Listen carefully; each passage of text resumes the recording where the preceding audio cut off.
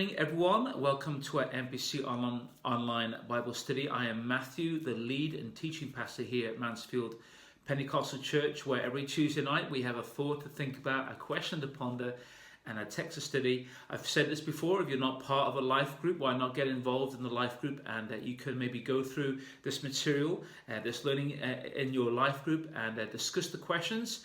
And in that way, you get so much more out of our time together. Now, we are continuing our Bible study series titled Journeying Through the Hebrew Bible. And what we've been doing is we go through the various individual books of the Old Testament. We're looking at what each of these books teaches, what's its content, and we're looking at its application to us as Christians in the 21st century. And you'll notice that the last few weeks we looked at Genesis, and then we were looking at Exodus, and then we looked at Leviticus. And last week, then we started to look at the book of Numbers. And you remember that so far, the story so far has been God saving, rescuing his people, the Hebrews, out of Egypt, out of slavery. He brought them to Mount Sinai in the Midian desert to prepare them to go into the promised land. The promises that God made to Abraham and his descendants, that God said, I'll give you this land as your inheritance. And so God was fulfilling the promise that he made to Abraham's descendants who were in slavery in Egypt, but now God had brought out and now was preparing to bring them into the promised land. Now you remember that when we started to break into the book of Numbers is broken into three parts. The first part is about preparation at Sinai, which we see in chapters 1 to 10. And the second part, which we started to look at last week, is about the disobedience in the desert, verses from chapters 11 to 20. So what we're going to do tonight, we're going to finish that section off, and then we're going to move on to the next section of the book of Numbers. And then next week, then we're going to move on to the book of Deuteronomy. Now you will remember that the book of Numbers is precisely what it says. It's a book of numbers. It's about two censuses that were carried out of the Israelites before they entered into the promised land. The first census was just after God gave him his law at Mount Sinai. The Israelites took an 11-day journey to get to the edge of the promised land, and God asked that all the fighting men 20 years of age or older to be counted. As far as I remember, I think it was like 605,000. I can't remember the exact number off the top of my head. And that was the number that Moses counted prior to the Israelites going into the promised land. However, you will remember that generation failed to trust and believe God.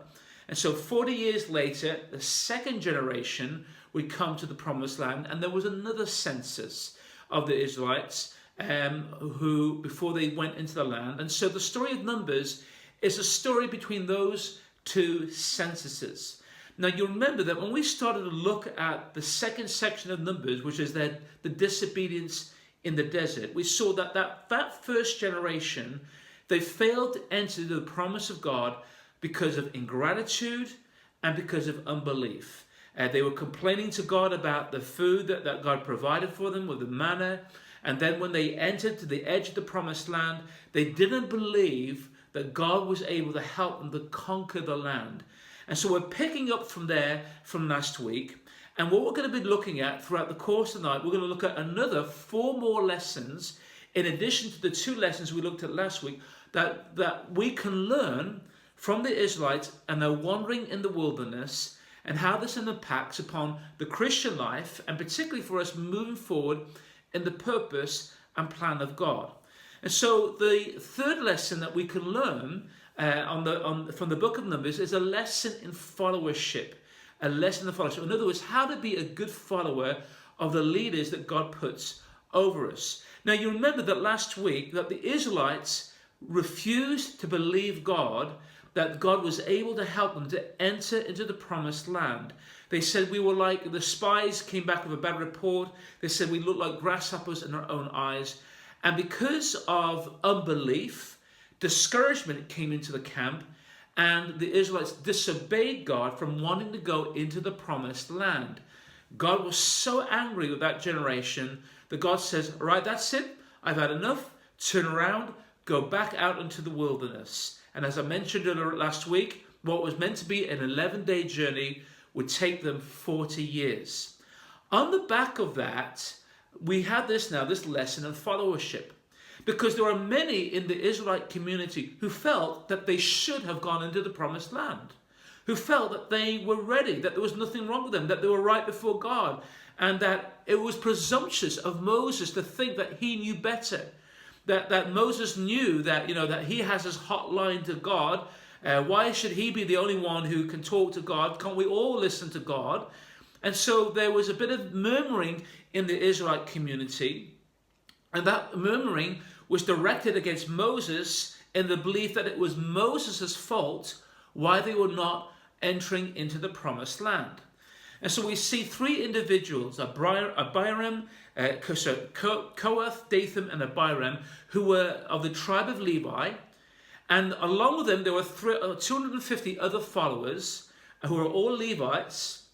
And they came and confronted Moses and Aaron, and they said to them, Moses, Aaron, you take too much upon yourself. Who are you to think that you are the only one who can hear from God? Okay, we were okay. This community is fine. We're okay to go into the promised land.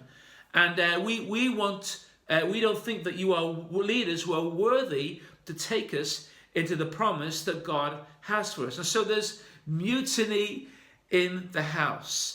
Now, what these band of rebels, as it were, these insurrectionists don't realize, is that they don't realize that actually that rebellion against God-appointed or God-ordained leadership is a very serious issue. In fact, earlier on in the book of Numbers, both Miriam, the sister of Moses, and Aaron, Moses' brothers, they criticized Moses and they spoke against him, and God was not happy about that. And so here we have a situation where we have these three men, Dathan, Abiram, Korah, and Abiram, and they are leading this community in rebellion against God-anointed and God-appointed leadership.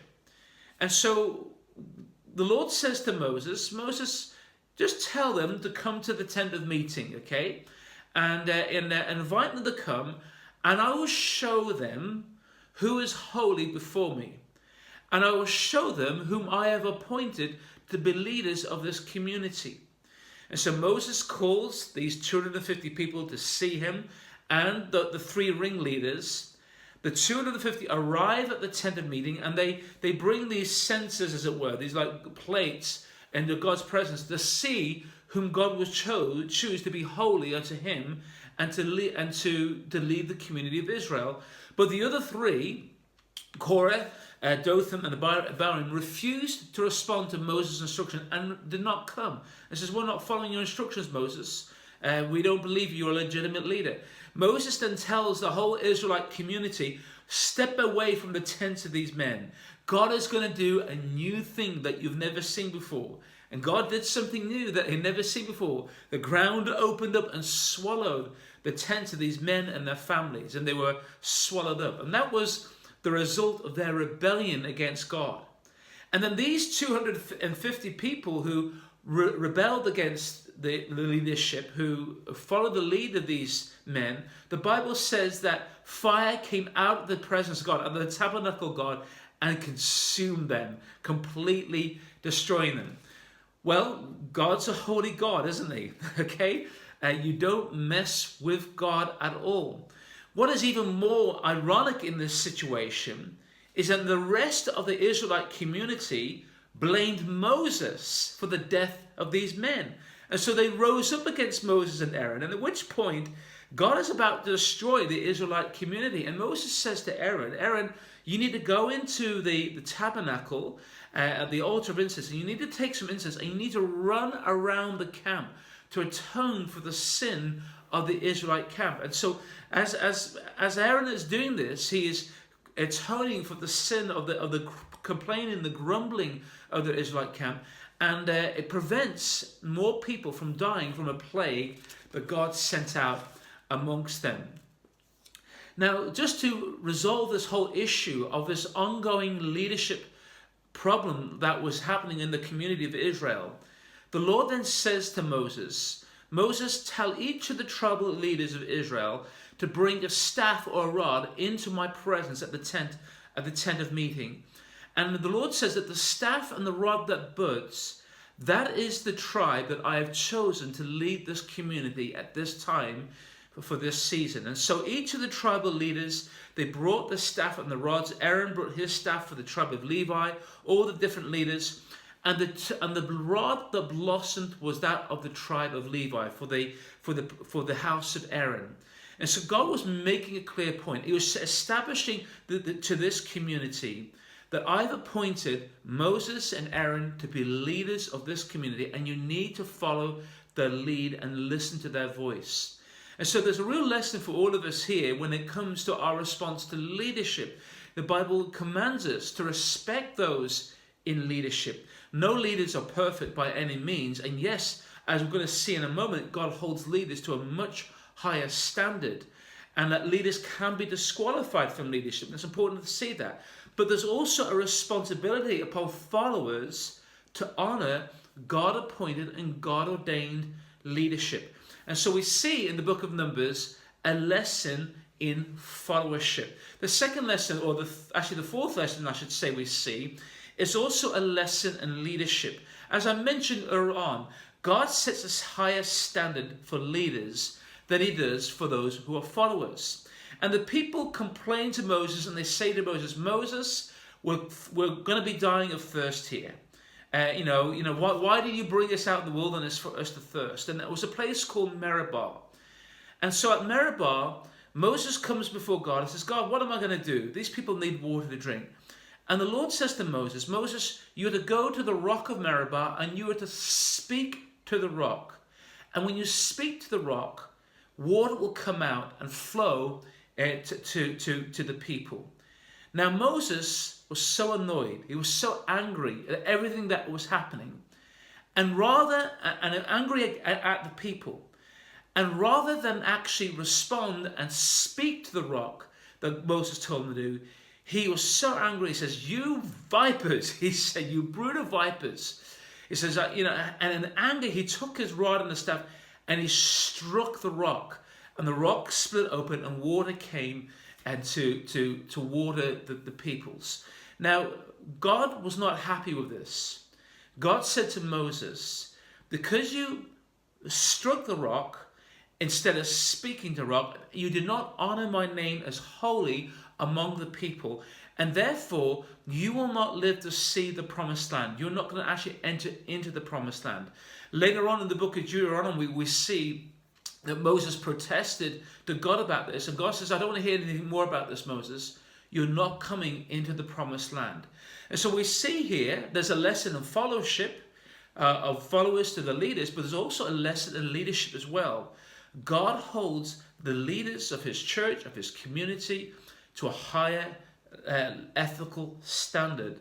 And there are greater consequences for leaders who fall from God than even, I would say, for followers. And so there's a lesson in leadership, fellowship, and there's a lesson in followership. Sorry, there's a lesson in fellowship and there's a lesson in leadership. But this now brings us to the third part of the book of Numbers, and that is to do with the preparation and the plains of Moab. And this time we're looking at chapters 21 to 36. And you remember that the first generation of Israelites, who were about to enter the promised land, they were head counted. They didn't get to enter the land because of their disobedience or their unbelief. But now the Israelites, that whole generation has died away now after 40 years.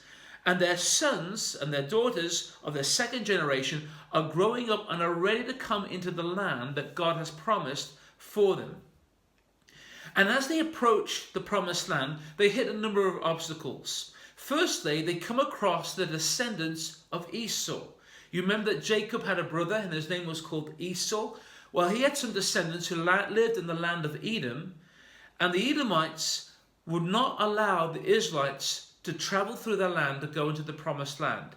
God says, I've given this land to the Edomites, you're not to attack them. So the Israelites have to walk around the Edomites.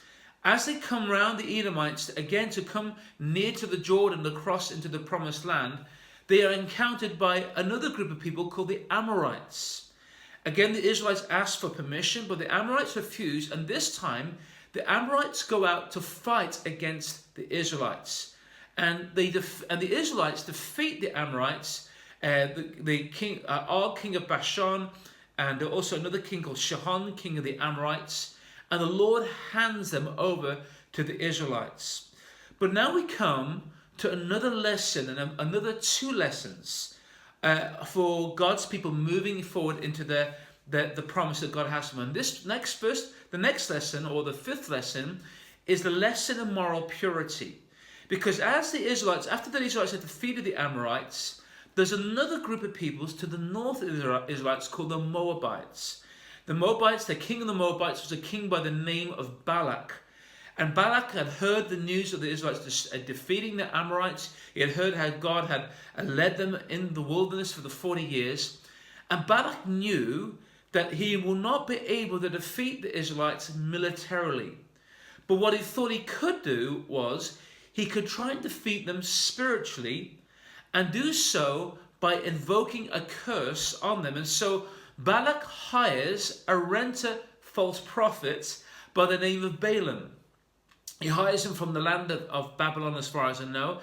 And he brings Balaam over and he says, Balaam, I'm going to pay you some money so that you can invoke a curse on the Israelites. Balaam made the point of saying that he will not be able to invoke a curse no matter how much he gets paid unless the Lord allows him to do so.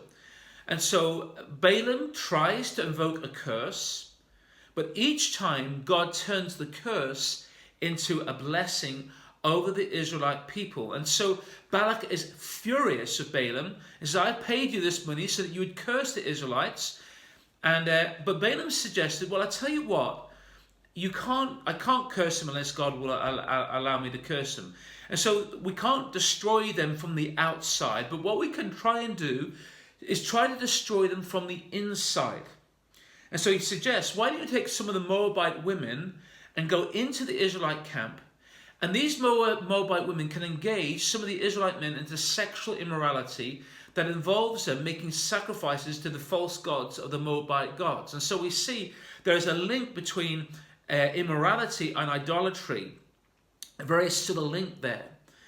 And so the result was that these women, under the advice of Balaam, led the Israelite men into gross idolatry and sin. And the result of that is that it brought God's wrath upon the Israelites.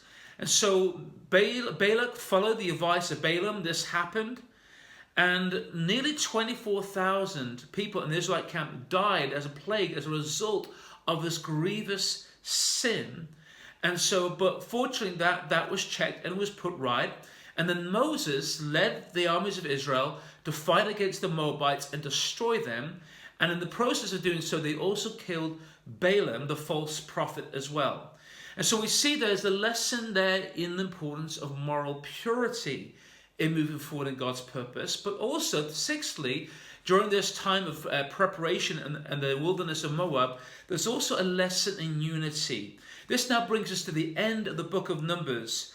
And we see that prior to the Israelites crossing the Jordan to enter into the promised land, three of the tribes of Israel, Reuben, Gad, and Manasseh, they looked at the land that they conquered from the Moabites and some of the Amorites, and they said, this is good land. We would like to have this land as our inheritance. And we don't want to cross the Jordan to fight over the promised land. And so they were prepared to settle for what was second best compared to the best that God had for them. And when Moses heard this, he was not happy at all. In fact, he was very angry. And he said, guys, you are involved of leading the Israelite camp into the same sin that prevented us from entering the promised land the first time over. You remember the first time the Israelites didn't enter the promised land because of unbelief. The unbelief led to discouragement, which led to disobedience. But this time Moses is saying, you're not acting in unity with the rest of your brothers. So your disunity is bringing discouragement, which will lead to disobedience and will discourage God's people from entering into the promise that God has for them. And so Moses was not happy with these three tribes. And so he said to them, listen, this is what you can have this land under one condition, The condition is that your fighting men need to be the first to cross over the Jordan, to go into the promised land that God has promised to us. And then when you've helped your brothers gain their inheritance, then you could go back and enjoy the land to the east of the Jordan.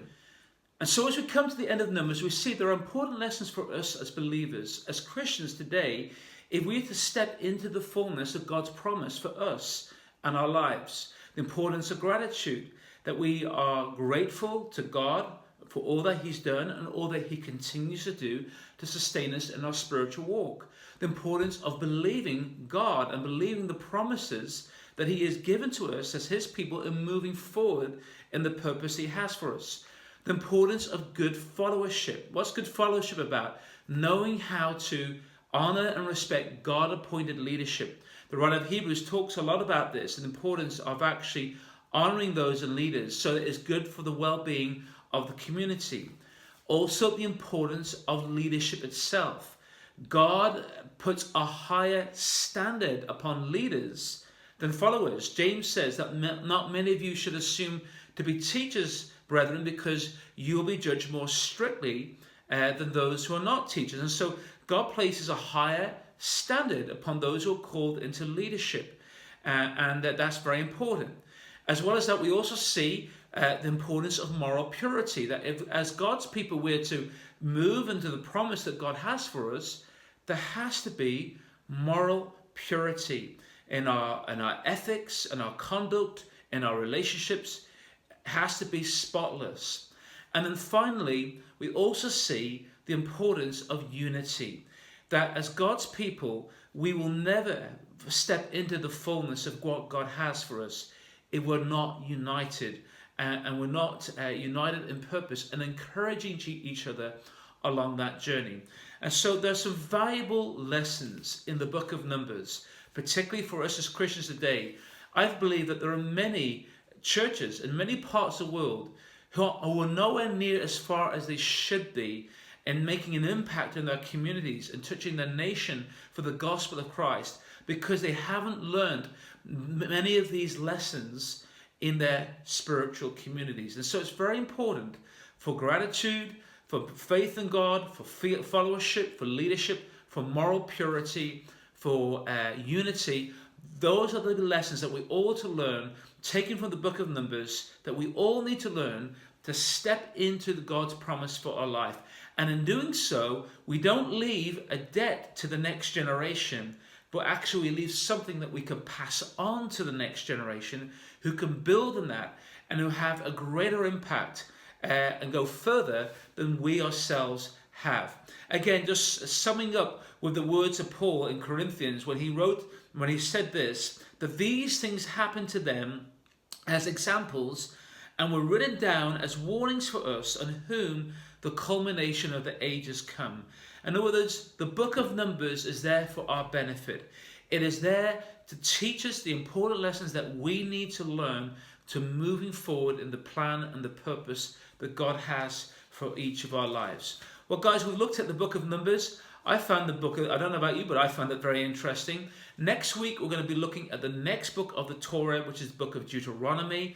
And we're going to be seeing how God had to give his law a second time to the Israelites for a new generation before they go into the promised land. And we're going to be drawing some important lessons from that.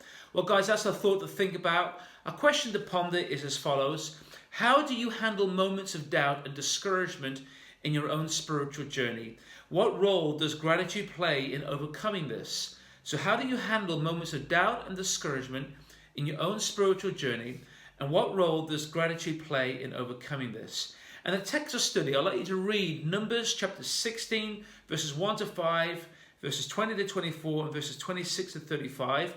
And you'll notice it's the story of that rebellion of Korah, Dathan, and Abiram. And as you read that story, I'd like you to discuss this in your groups. What were the reasons behind Korah, Dathan, and Abiram's rebellion? What was their perspective on leadership? How did Moses respond to the challenge? And what does his reaction teach us about humility in leadership? What is the significance of God's response to the rebellion? And how does this show God's perspective on leadership and followership? Well, guys, hope you got something out of that tonight. Hey, listen, have a great rest of the week, and looking forward to seeing you over the weekend. God bless you all.